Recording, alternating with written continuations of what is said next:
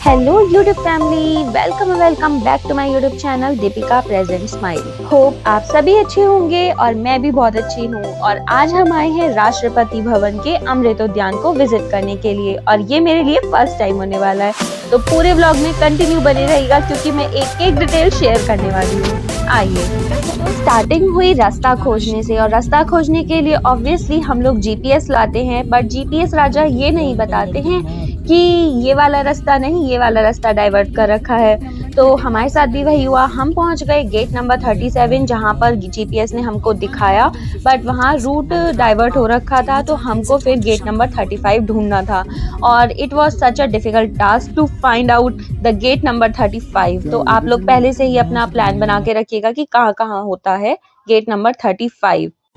और अब हम पहुंच गए हैं पार्किंग में और पार्किंग के लिए ऐसा सच कुछ बनाया नहीं गया है। रोड्स पर ही सारी गाड़ियां पार्क होती हैं और चेकिंग होती है बैग्स की। कुछ भी ले जाना अंदर अलाउ नहीं है सिवाय वाटर बॉटल के। सेल्फी स्टिक्स भी अलाउड नहीं हैं और स्टार्टिंग से ही आपको फुलवारी देखने को मिल जाएगी और एक बड़ा सा मैप जिसमें आपको सब कुछ मिल जाएगा कि कहाँ पर क्या होने वाला है। और पीने का पानी अवेलेबल है, तरह तरह की रंगोलियाँ बनाई गई हैं और जगह जगह पर येलो ऑरेंज कलर के कैलेंडुला फ्लावर्स लगे हुए हैं और पैट्रियोटिक म्यूज़िक पूरा टाइम आपको सुनने को मिलेगा।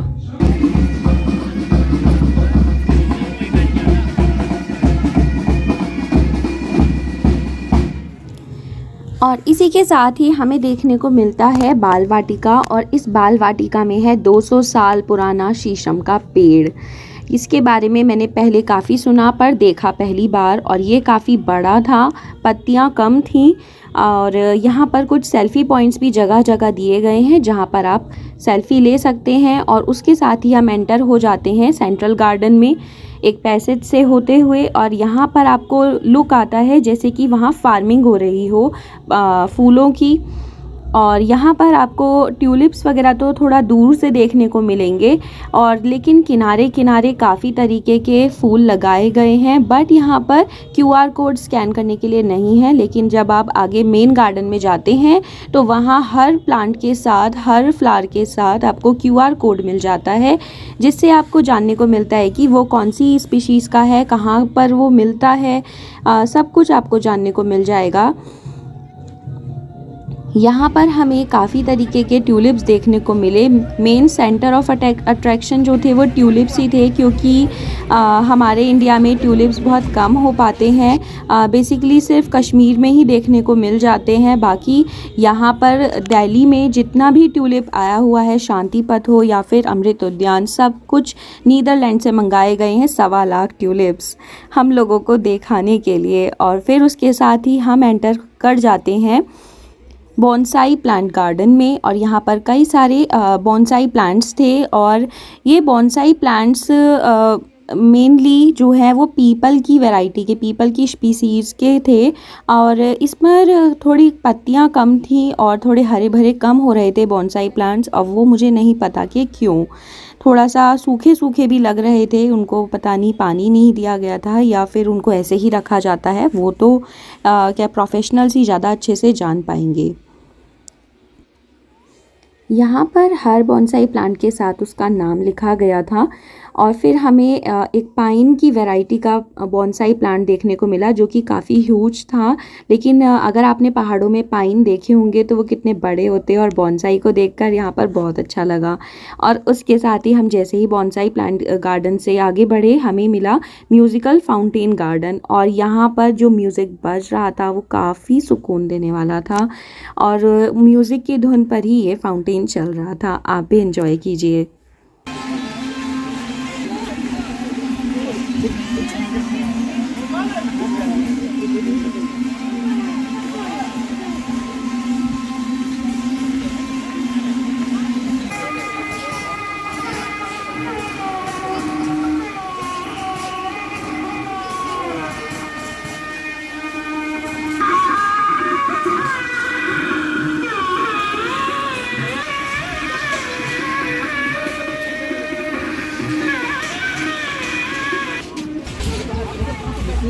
एक्चुअल में यहाँ से वेलकम होता है, यहाँ से स्टार्ट होता है अमृत उद्यान।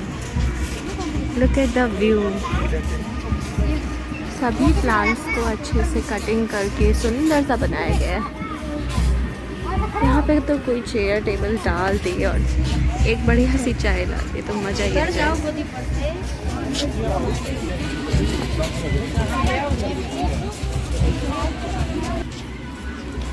सब गार्डन के काफ़ी सारे पार्ट से ये फाउंटेन दिखाई देता है और इसके साथ म्यूज़िक भी सुनाई दे रहा है। सच में ऐसा फील आ रहा है जैसे कि कहीं से हम रॉयल हो, क्योंकि ये जो साउंड है ना वो बिल्कुल वही रिमाइंड करा रही है। आप देख पा रहे हो कि मेरे पीछे फाउंटेन है, इतना प्यारा गार्डन है और साथ में म्यूज़िक भी चल रहा है जो कि बहुत ज़्यादा सुकून दे रहा है। और अगर आप दोपहर के समय आ रहे हैं तो शेक्स लाना ना भूलें, क्योंकि यहाँ पे काफ़ी धूप होती है। हम छू तो नहीं सकते और छूने से फूल ख़राब भी हो ही जाते हैं, लेकिन यहाँ से खड़े होकर उनका आनंद पूरा ले सकते हैं। आई नो कि कैमरा जस्टिफाई नहीं कर पाएगा, लेकिन उसके लिए तो आपको खुद ही आना पड़ेगा। सो ये व्लॉग है कि आप लोग यहाँ आए उसके लिए, लेकिन जितना एंजॉय कर सकते हैं उतना कर भी लीजिए।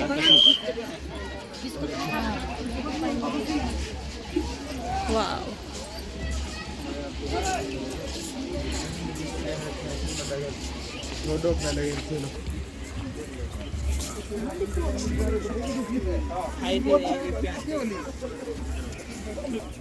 हर चीज़ को सुंदर बनाना कोई इनसे सीखिए। और ये जितने भी लंबे लंबे प्लांट्स हैं ये सरू के पेड़ हैं जो कि पहाड़ों में मिलते हैं। यहाँ कैसे लाए और यहाँ कैसे मेंटेन किया वो तो इनको मेंटेन करने वाले ही जानते होंगे।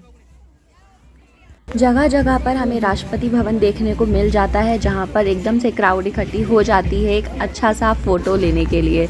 और हमको यहाँ पर कई तरीके के फूल देखने को मिले, जिसमें थे डबल डहलिया, जाम्बरा, ऑर्नामेंटल केल, ल्यूपिन और 180 टाइप्स ऑफ रोजेज़ हैं यहाँ पर। तो सोचिए वो सब कुछ देखने में कितना अच्छा लग रहा होगा। और यहाँ एक प्यारी सी फूलों से कारपेट बनाई गई थी जो कि बहुत ही प्यारी थी।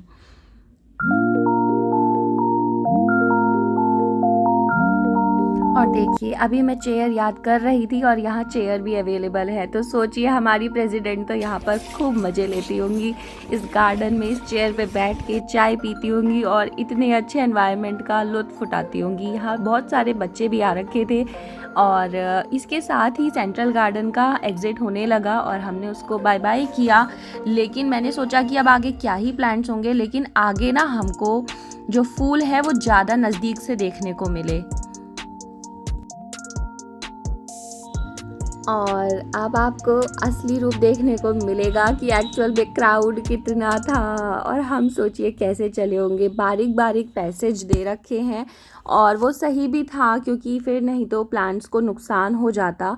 और फिर हम एंटर किए एक गैलरी गार्डन में और उसके साथ हमको चाइना ऑरेंज के काफ़ी प्लांट्स देखने को मिले और वहाँ पर छोटे छोटे से ऑरेंजेस लगे हुए थे, इतने क्यूट थे, मन कर रहा था कि खा लो उठाकर। और यहाँ से हमको ज़्यादा रोज़ेज़ देखने को मिले, इस वाले पोर्शन में हमको रोज़ेज़ ज़्यादा देखने को मिले। और ये है चाइना ऑरेंज, इस पर फूल भी आ रखे थे वाइट कलर के, ऐसा लग रहा था कि चांदनी और चाइना ऑरेंज का पेड़ साथ में उगाया गया है। और हम सर्कुलर गार्डन के बारे में तो भूल ही गए थे कि सर्कुलर गार्डन एग्ज़िट के टाइम पर था और इससे होते हुए हम गुजरते हैं और यहाँ पर हमें फ्लावर्स बहुत ज़्यादा नज़दीक से देखने को मिलते हैं। यहाँ आप छू भी सकते हैं, बाकी छूना अलाउड नहीं है। और लेकिन यहाँ पर ब्यूटी अलग ही थी, यहाँ पर भी पैट्रियोटिक म्यूज़िक साथ में चल रहा था। और ये सर्कुलर गार्डन मतलब सर्कुलर शेप में कोई गार्डन मैं फ़र्स्ट टाइम देख रही थी। पूरा गार्डन फूलों से लदा हुआ था और इतने प्यारे प्यारे फूल भौरे मंडरा रहे थे। देखिए कितने करीब से हम यहाँ पर फूलों को देख पाए।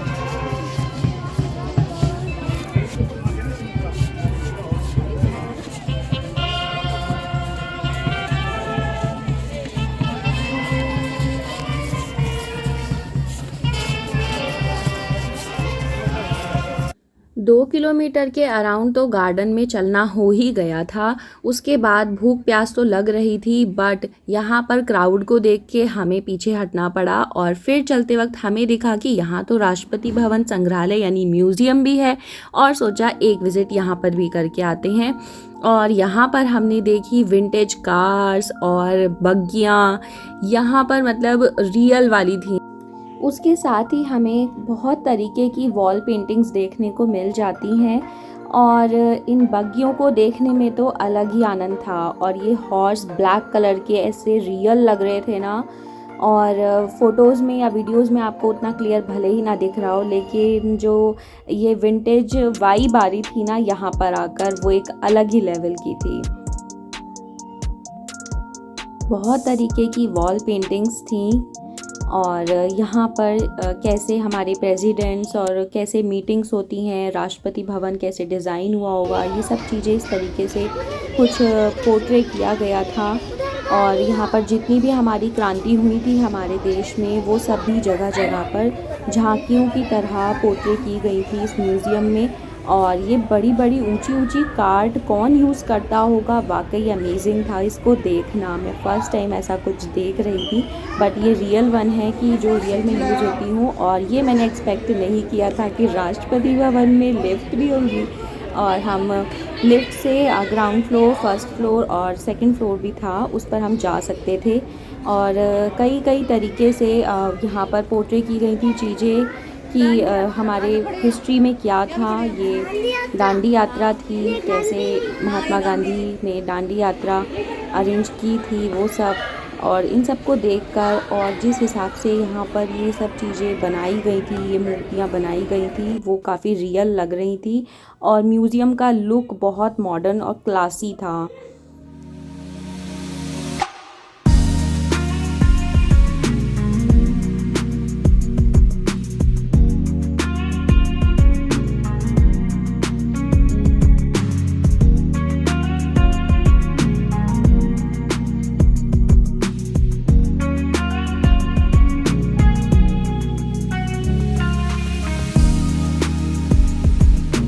और यहाँ पर एक सेक्शन अब्दुल कलाम आज़ाद जी की सारी बुक्स, सारे कलेक्शन का था, और उनकी वीणा जो उनको बजाना पसंद था।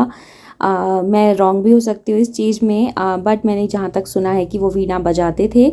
और ये सभी गिफ्ट्स हैं जो हमें अलग अलग कंट्री से हमारी प्रेसिडेंट को गिफ्ट्स में मिलते हैं।